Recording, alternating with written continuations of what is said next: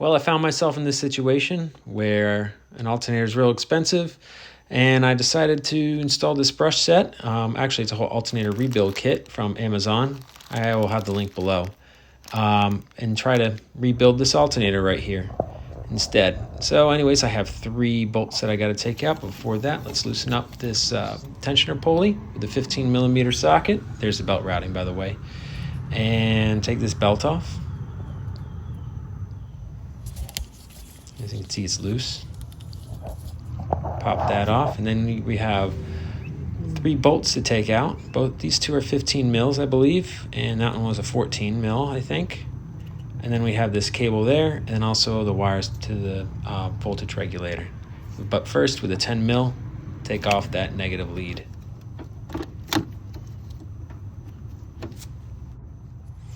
Next, I'm going to take off the this cable that goes to the battery with this 13mm socket. Oh, gotta go the right way. Righty tighty, lefty loosey. And spin that off. And pull that out of the way. Alright, next thing I'm going to take off that bolt, just loosen it up, and it looks like the 13mm again. And then you get those other ones with that 15mm socket. And once you get those 2 other bolts out, you can remove it, and that's what it basically looks like without that. I got to move my beer out of the way and start taking on this alternator.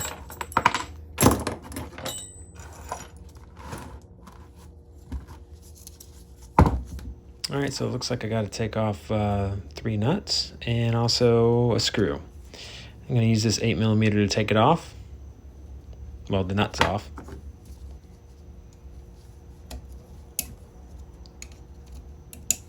I'm going to break them all loose.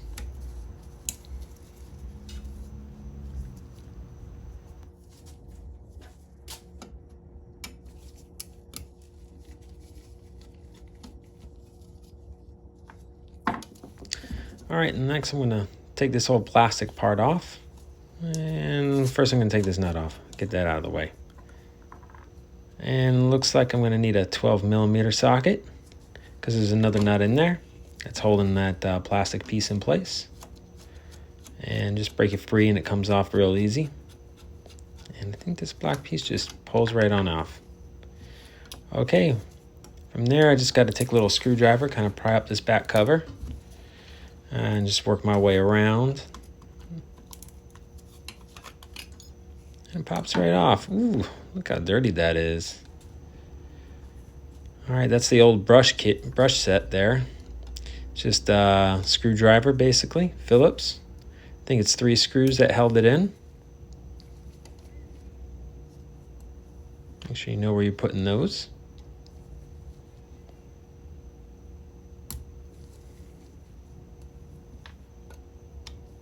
And I guess there was one more. So maybe 4 altogether. I'm going to take this out. Oh, look at that there. And you can see here, there ain't much left of these brushes. When you push in, it just barely comes up. It was barely charging. It was intermittent, actually. That's what was happening. And, I mean, right there, it all looks fine. So I'm not going to even try to go any farther. And I took off this gasket and basically blew out any debris in there. Yeah, look at that. There ain't much left in there at all. Now, I don't know how you put those other brushes that they have, the spare ones. Not a clue. Anybody got an idea? But here, this is what they're supposed to look like brand new. Don't forget to spin the alternator around, make sure it spins smoothly. Otherwise, you'd have to install those bearings, but mine was good. So I'm just going to replace this voltage regulator here, since I'm here and it came with the kit. And, well, that's kind of one of the reasons why I bought the kit instead of just the brushes, because you never know, maybe the alternator went bad. I mean, the voltage regulator went bad. And between purchasing the two is roughly the same price as buying the whole kit. And just in case, you'd also have those bearings, just in case they went bad. And I mean, I think that's going to be way more of a job than I would have liked to, but hey, I mean, this is a fraction of the cost than buying a brand new alternator. And that's being cheap, trying to save you money, trying to save me money. That's the best way to do it. So put the couple screws into this alternator. I'm going to put this rubber gasket back. I'm going to put this new brush set in. Kind of have to push them down and get them in there. Kind of felt like it lined up a little weird when I was getting it in there, but it ended up being okay. So get that in. You put those 3 screws back.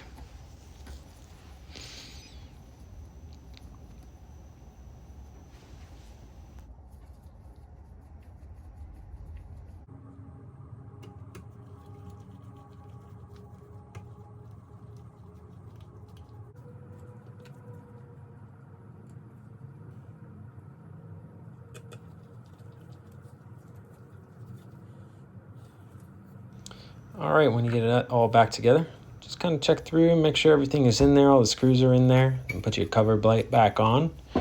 And you'll notice I have that metal tab in my hand. I forgot to mention, make sure you know where that is. I think it's to ground the back, but if somebody else knows, please feel free to leave a comment. But that's the first thing I put back, that little tab with that little screw. And then I went ahead, after that's tightened up, and put these 3 nuts back.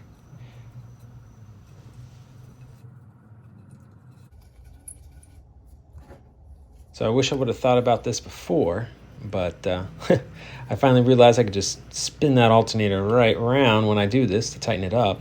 Would have been nice to think about that when I was taking it off. So that's a little helpful trick for you. It's kind of fun too, and you get to check if your bearings are still good. All right, just making sure everything is nice and tight. Don't want anything flying off. All right, so I put this little plastic piece back on, but I kind of did it a little wrong right here. I'll show you a little bit later how it's supposed to look. It really only goes on one way. You just kind of have to figure out which way, and you'll see that there's this little tab on the battery cable. But make sure that goes all the way in.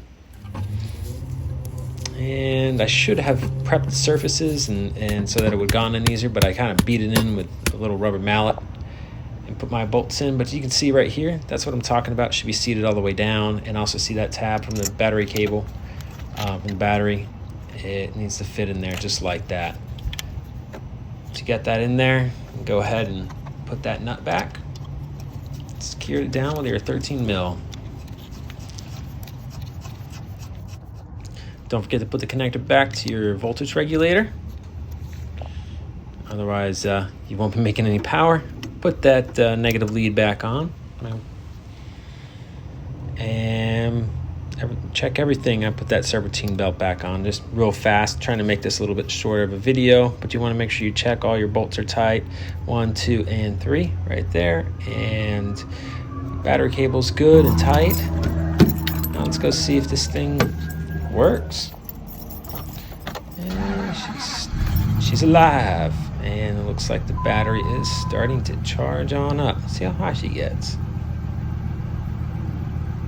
All right, she seems to be working good. Well, anyways, I hope this will save you money in the long run. I have another brake job thing that I got to do with the anti-lock brakes, but maybe I'll show that later. But yeah, so anyways, looks like it works. There's the engine, alternator, old alternator, working fine.